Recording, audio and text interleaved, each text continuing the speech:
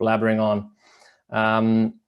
Yeah, so hi everybody. Thanks a lot for joining today. Thanks to Ukie for having me here. My name is Arni, and the topic of today is the benefits of analytics, or the topic for me is the benefits of analytics in building for your players. Now, as I said, I'm Arni. I'm a developer advocate for AWS, and I focus specifically on game tech. And I've been with AWS for 4 years now, and I've been working with games customers and games companies that whole time. And before taking on my current role, I was a solutions architect working with customers on architectures and performance and efficiency and things like that. And prior to AWS, I led an infrastructure team for a company called Plain Vanilla Games, and on a game Quiz Up, which was a very fast-growing, popular, competitive trivia game at the time. It still exists, but it's a different company now. Yeah, so in today's session, I'm going to be talking about the importance and benefits of analytics in games, and from there, how you can use data and data about player behavior and about your game to really try to make better decisions and ultimately resulting in better games. That's the ultimate goal here. And I'm going to give you some examples about how customers at AWS are doing that and how they build their analytics pipelines.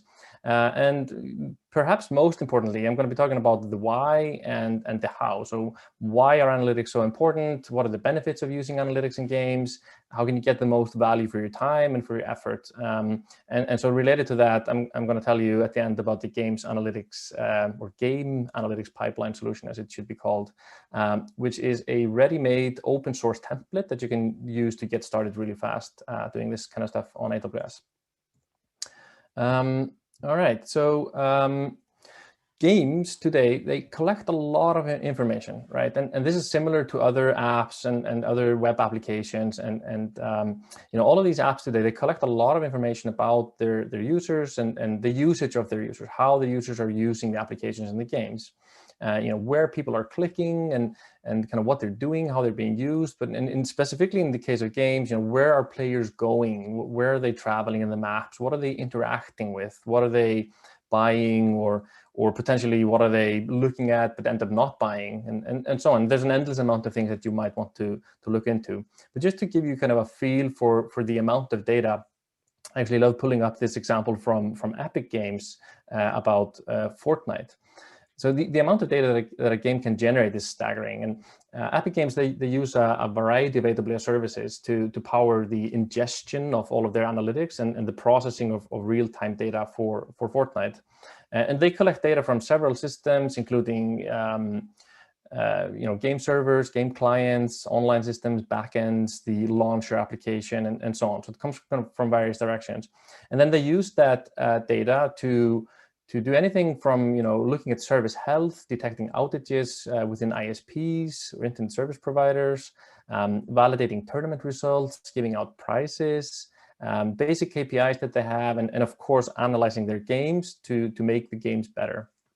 And so they did an amazing talk at our Amazon reInvent conference, or AWS reInvent conference in 2018. So it's a while back.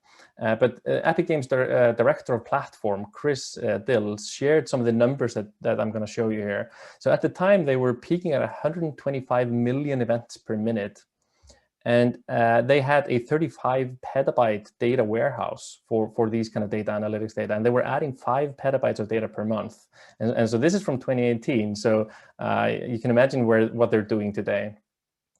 But these can be some immense numbers that you see.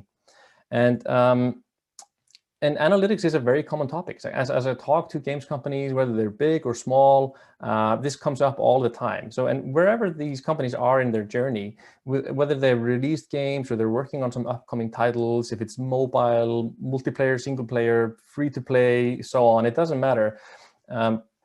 Almost, all of the time they'll have either a backend team or a core services team that is doing analytics or thinking about analytics, or they might, if it's a larger company, they might have a whole team that's dedicated just to doing analytics and sometimes it's even split between the people that kind of make sure that the data is there and that it's quality data and that it's delivered and stored. And then there's another team, of course, for the kind of looking into the data and using the data.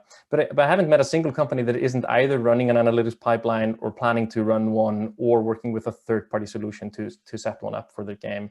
And that choice as well between running an analytics pipeline yourself and kind of setting it up, similarly to what I'll show you later, or outsourcing or using third-party solutions, obviously kind of comes down to your capacity to design and operate it yourself, and also the ownership of the data.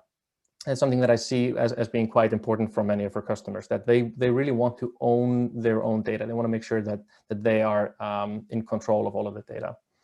And so ultimately, we work with all kind of shapes and sizes of companies, and our mission is really to help them find the right path for them forward.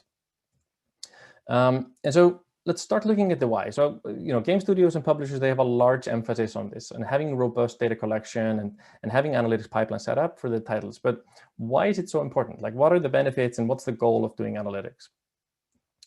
So ultimately, having the right information available to you at the right time to be able to answer questions about how the game is performing and how users are using the game, and then from there, what changes you might need to make to the game.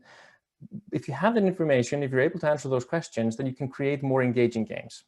And you can also iterate more quickly, and you can know much earlier whether the changes that you're making and the changes that you're proposing or thinking about, whether they will provide a better experience or not. And this is especially important because games are very much, and have been over the last few years, transitioning away from this one-time purchase model where you buy a game and then you just own the game, into these as-a-service models where you have subscriptions or you have DLCs and you have transactions in the games, and you have ad-driven games and so on. So it becomes much more important to be data-driven and to be able to see kind of how that is all evolving. And companies typically today continue to invest in their games well after launching them. So they continue to make modifications to the gameplay and to the balance, and they do that based on the data and based on the usage. And analytics and having a robust data collection and having high data quality, it also enables you to do deeper work with the data. So including things like fraud detection, looking for unusual behavior, looking for possible cheaters, anything that is kind of out of the ordinary. And to be able to detect what's out of the ordinary, you have to know what is ordinary, obviously. And then from the infrastructure level and kind of performance and error reporting, we see that if you're able to monitor and see how the game performs and how it works from the eyes of the player or from the player's device, that means that you're able to catch errors and catch performance issues, lags, internet outages, and things like that, often even before your users know that there's something wrong. So you're able to detect that before, you're able to react to it before. And last but not least, good quality data is definitely the first step towards machine learning. That is, if you want to be able to do any kind of machine learning, you need to have good data, you need to have large amounts of good data, and it needs to be high quality. And so that's a requirement to be able to train models, to do any kind of predictions. And one of the things that we see some of our customers trying out, for example, is predicting whether current player behavior suggests that they're about to churn or they're about to leave the game. And never come back. And so in that case, if you see a player that is very likely to be kind of leaving or connecting for the last time, you might want to do something about that, either send him a message or a note or talk to him or her, or send them an offer or whatever it could be. And so the purpose of an analytics pipeline then is to help you achieve all of these things and in making the right decisions to grow your game and thereby your revenue as well, and doing that by having happier players. And this is often viewed as a flywheel where more data gives you the opportunity to do a better design. A better design leads to a better experience. So whether that's better designed levels or more balanced levels or weapons or something else, a better design results in more engaged and kind of happier players, and they will be more likely to share the joy with their friends, pull their friends into playing with them. And then all of this, more players, more sessions, longer sessions, more engaged users gives you more data to work with. And all of the above kind of then growing your game and growing your revenue. And Our customer, Supercell, the creators of multiple very popular games like Clash of Clans, Clash Royale, and more. They shared this great quote with us about their analytics. So Sami, who's their services lead, said that they collect data because their games don't stay in the top 10 lists automatically, and they have to earn the success by listening to the community and the players, by providing additional features and balancing the game to make it fair for everyone. I think it's such an awesome way of looking at this, and an awesome quote. So it doesn't happen automatically, right? This is all kind of done very purposefully. And so what kind of data are we then interested in? What is useful information for us to be able to build better games? Now, in most cases, you're going to be interested in knowing what your players are doing and kind of gameplay mechanics and business metrics. Here's a few examples, right? What are the players doing? So you have things like sessions, which is opening up the game client, starting or ending a session, starting to play, kind of hanging out in the lobby, playing again, and so on. And then you have things like progression. So how are players progressing through the game? Have they just installed the game? Have they finished playing the tutorial? Have they maybe finished the first levels or completed beaten the first boss or something like that? So kind of where are they in the progress through the game? Then there's the player's location in the game, and so this is not like where are they on the map, but more like where are they in the game application itself. So are they currently in the lobby? Are they in the menu? Are they viewing the store? Are they chatting? Kind of what are they doing? Where are they in the game? And that's actually a good example of something that you can really not see only looking at the server side. So this typically requires you to look at something on the client side, because in the client, you might be able to switch between these screens without any communication with the server. So the server wouldn't know until you actually do something. So look at an item or try to buy something or send a message or something like that. And then last but not least here is blockers. So anything that prevents the player from playing. So if the client is crashing, if they can't install, if they can't log in, things like that, you would want to know about that. And then there's going to be metrics that influence the core game mechanics. So things like the gameplay, player choices and decisions, which class do they select, which route do they take if they have a choice in the game. And from that data, you can get a more holistic view of game results and how the choices that are made in the game affect the end results. Does a particular type of car win races more often than other types of cars, or depending on levels or things like that? Does a particular class selection affect placement at the end of games? Do certain classes win more often than others? Which maps are being picked? Which maps are played the most? All this kind of data. And then, things that are not player decisions. So the performance of the game, or the performance of the servers, collecting information about latency, and seeing those things from the client's perspective is, again, pretty important, because that's the only latency that really matters, is the latency from the player to the servers.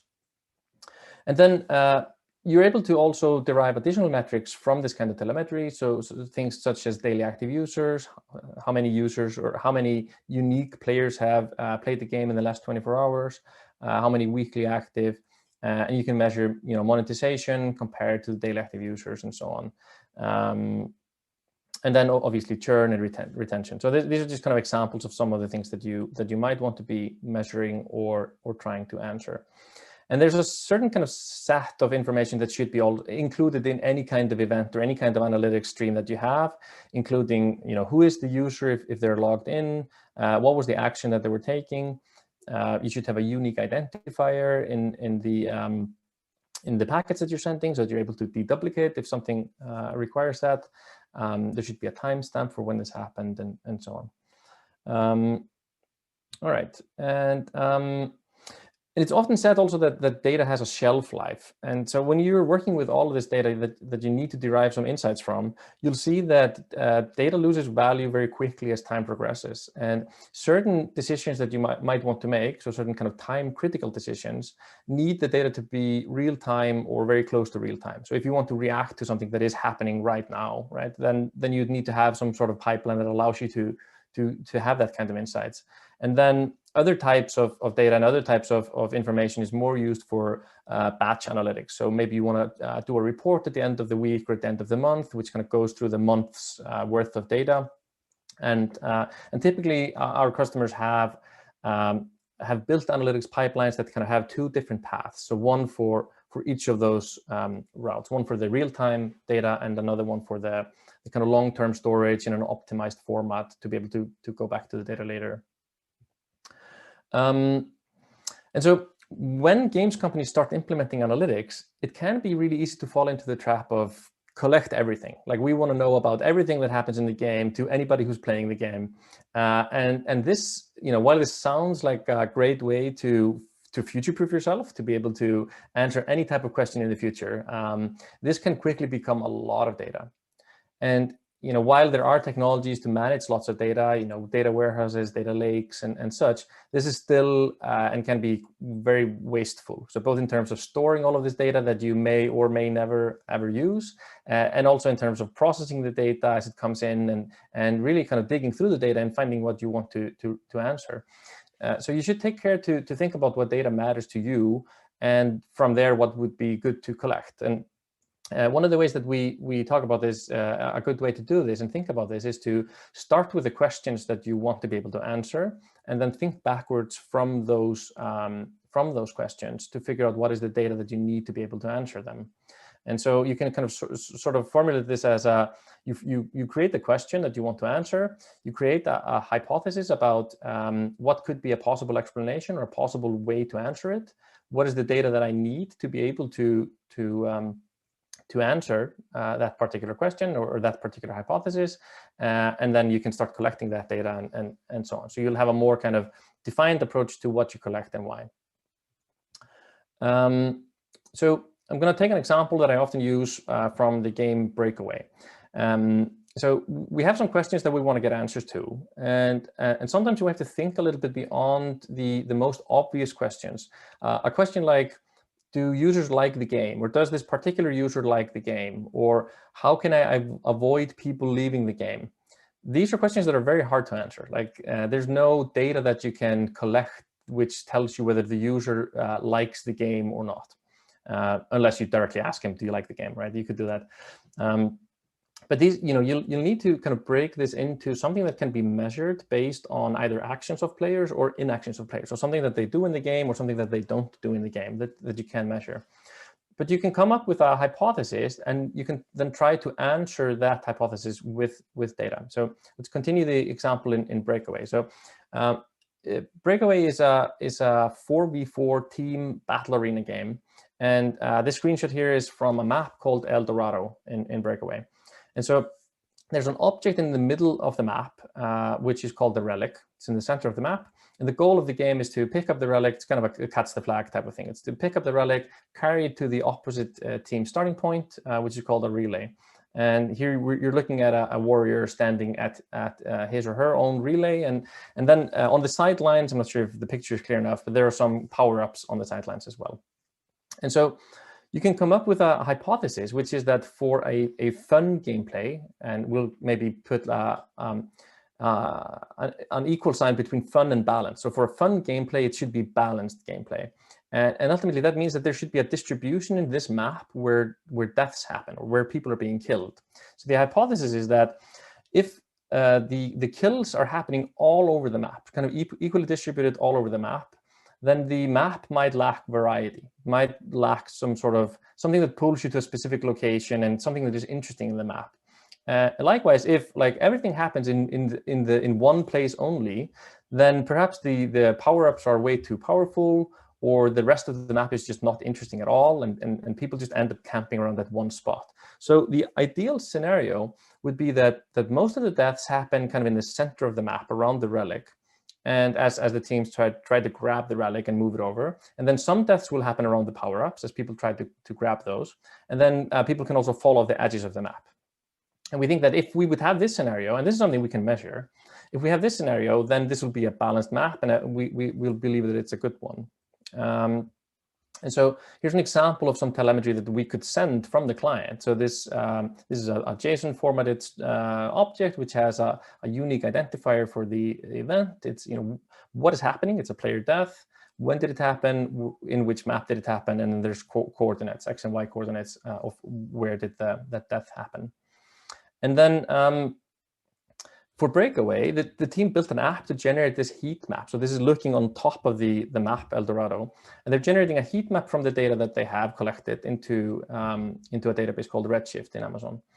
And this map now shows a concentration of deaths overlaid on the map, and a SQL query, which I have here as well, I think. No, sorry, it's a little bit later. So there's a SQL query that kind of aggregates the events and concentrates them into these little 1 by 1 meter cells. And more deaths that happen are lighter colored. And so we can't ask, is this level fun? We can't even ask, is this balanced? But we can ask where are the deaths happening, because that's data. And so with this map design in mind, we came up with the hypothesis, and now we can verify if it's correct or not. And so the conclusion is that the majority of the deaths are happening in the middle of the arena, as we kind of expected, and that's very good. That's the lightest color on the map. There's also kind of some color around the power-ups, and perhaps quite a bit fewer deaths than we would have expected. So maybe the players don't find them as valuable as we thought, and maybe they would need to be powered up. That's something we could experiment with. There's also some deaths that happen kind of outside of the map, so people are falling off the edges, which we also expected.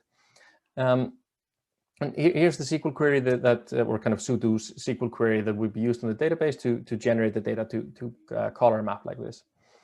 Now, there's an interesting thing that we didn't expect here when we start looking at this data, and that's that there are these 4 corners that kind of are near the power-ups, but there's nothing specifically there. But this is kind of where the area widens out. And so we didn't really think about that. We didn't anticipate a high concentration of deaths there. And so that's something we can investigate further. Maybe people are kind of camping around those corners. Maybe it's a good thing or a bad thing, but it's interesting because we didn't expect it. We didn't know about it before when we designed the map. So this kind of work is what you could be doing to try to evaluate whether your hypothesis on what makes a map fun. Maybe you could compare different maps that are being played in different amounts. This could be an explanation for that. And so a typical anatomy of an analytics pipeline is to take telemetry on the left side, or events, and turn them into something that is answers. So turn them into metrics, or something that kind of helps us visualize or answer these questions that we have. And let's take a peek into what this pipeline can look like.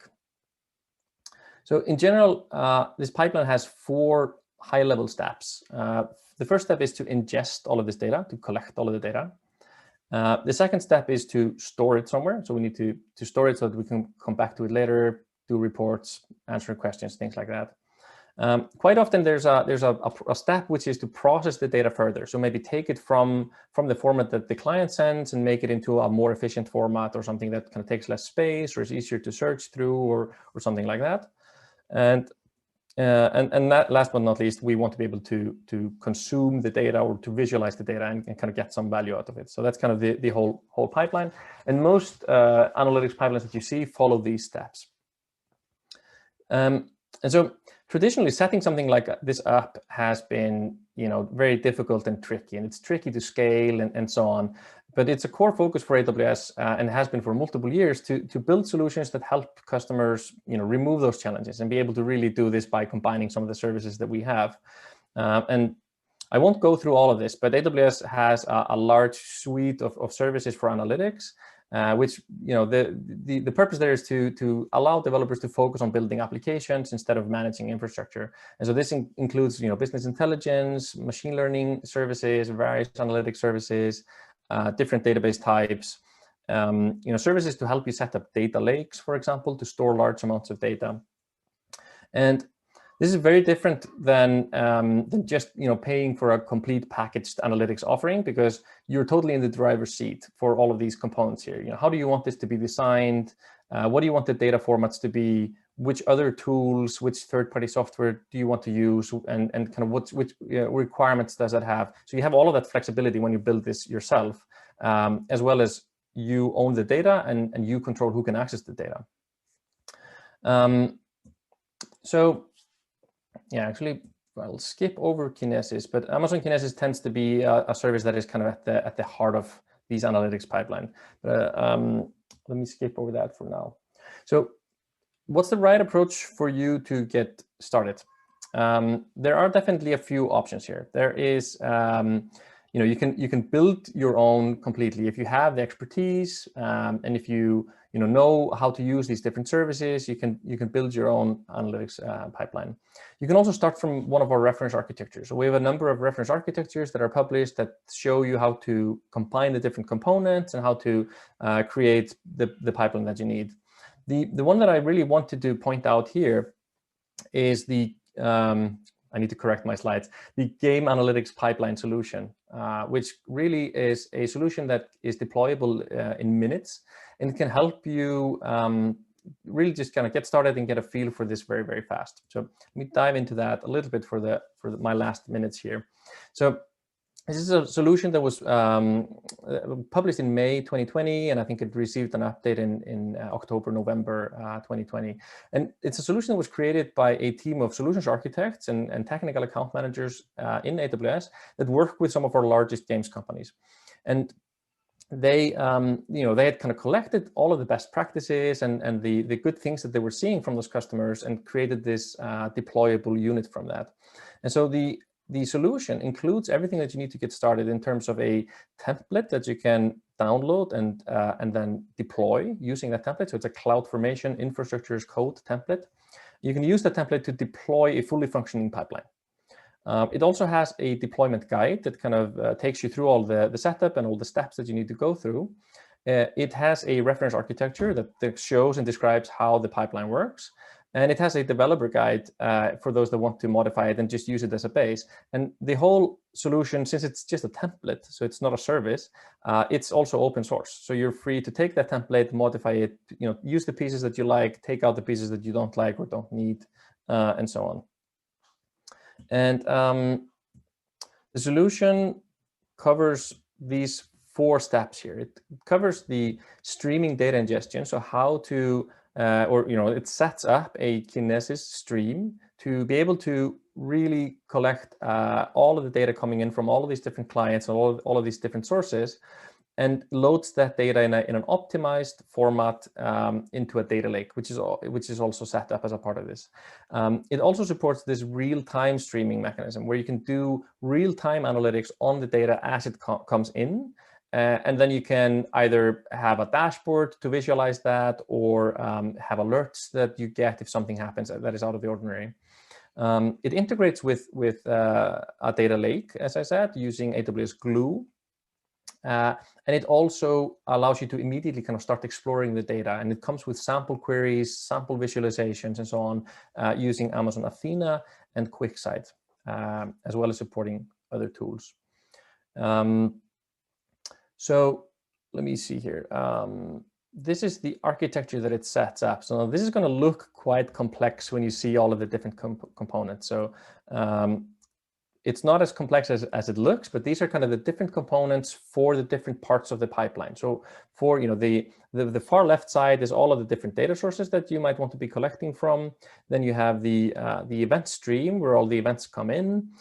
In the middle, you'll see both the kind of live real-time streaming analytics, as well as the part that takes and optimizes the format of the data and pushes it into long-term storage. And so kind of all of these different components are in there. One of the key takeaways of looking at this as well, and I'm not sure how familiar people here are with AWS services, but the design of the solution is using exclusively serverless services, which means that there are very, very little costs to using any of these things while you have low usage numbers. And that's something that we think is extremely important if you are launching one of these pipelines, or if you're about to launch a new game or something like that, that this is a pipeline that you don't have to, you don't have to pay up front or say up front how many users are you going to have or how many servers do you need or something like that. This is a solution that will scale completely for you based on the usage that it gets. So that's quite important. Another important point here as well is that this is using formats like Parquet, which is an open format. So you're able to integrate using any kind of tool that you like to use, and you're not limited to the ones that AWS offers. So I encourage you to look at that. I have a link to this at the end of the slides here. The solution even comes with a sample data generator. You see a little screenshot here from when I was running this at some point. And so the sample data generator, since this is specifically meant for games, the sample data will include, different clients, different operating systems, different, teams, clans, things like that, and it'll generate data, send it to your pipeline. And so if you're going through the deployment guide, you can immediately start looking at what this sample data would look like and kind of imagine what would this look like for my game. And here I have a screenshot here of how I'm querying the sample data to see a split between different countries where players are playing from. But obviously this is fake data, so this comes from the sample generator. I think I am sort of out of time here, so just to wrap it up, I talked about the importance of data and the importance of analytics in building games for your players. What are the kind of building blocks and the portfolio services from AWS? Some examples of how customers are doing it, and the game analytics pipeline solution. And on my last slide here, if you want to take a screenshot or something like that, you have links to both the game analytics pipeline solution itself, if you want to deploy that or try it out or review it, and also a self-paced workshop where you can set up something very similar to that in kind of at your own pace. It's a guide that takes you through how to create something like this from scratch instead of just using a template. So yeah, if I have any questions in the Q&A box, I'll have a look at those when the next speaker is speaking, and I'll also poke my head into the gather.town afterwards if you want to have a chat with me. Hope you learned something new today. I hope you're inspired to try this stuff out. Thanks a lot.